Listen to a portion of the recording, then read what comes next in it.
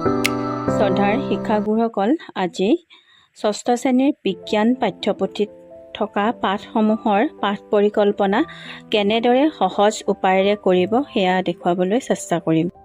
ষষ্ঠ শ্ৰেণীৰ বিজ্ঞানৰ প্ৰথম পাঠ বিজ্ঞানৰ বিচিত্ৰ জগতখন পাঠ পৰিকল্পনাৰ বাবে লোৱা হৈছে। সহজ উপায়েৰে বনাবলৈ হ'লে আমি কেইটামান দিশৰ ওপৰত গুৰুত্ব দিব লাগিব। সেয়া হ'ল বিজ্ঞানৰ পৰা সাধাৰণতে ছাত্ৰ ছাত্ৰীসকলে কি শিকিব সেয়া আপোনালোকে বনাবলগীয়া বহীখনৰ প্ৰথমতেই লিখি ল'ব।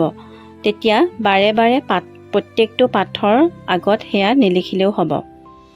পাঠ পৰিকল্পনা কৰোঁতে সদায় তিনিটা কথাৰ ওপৰত গুৰুত্ব দিব লাগিব। সেয়া হ'ল ছাত্ৰ ছাত্ৰীসকলে সেই পাঠটোৰ পৰা কি শিকিব, কেনেকৈ শিকিব আৰু কেতিয়া শিকিব।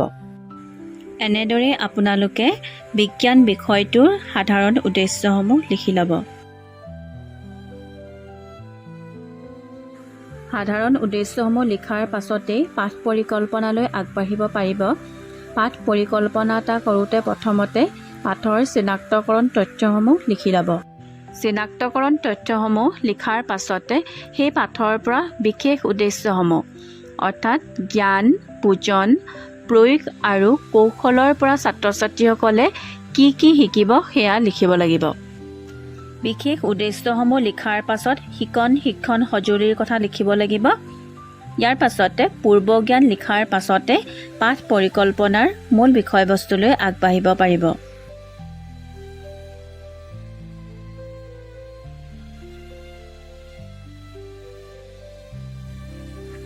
পাঠ পৰিকল্পনাটো লিখোঁতে ইয়াত থাকিব শিক্ষণীয় বিষয়সমূহ, লগতে শিক্ষণ পদ্ধতি, কেনেকুৱা ধৰণে শিক্ষক বা শিক্ষয়িত্ৰীগৰাকীয়ে ছাত্ৰ ছাত্ৰীসকলক সেই পাঠটোৰ শিক্ষণীয় বিষয়সমূহ শিকাব।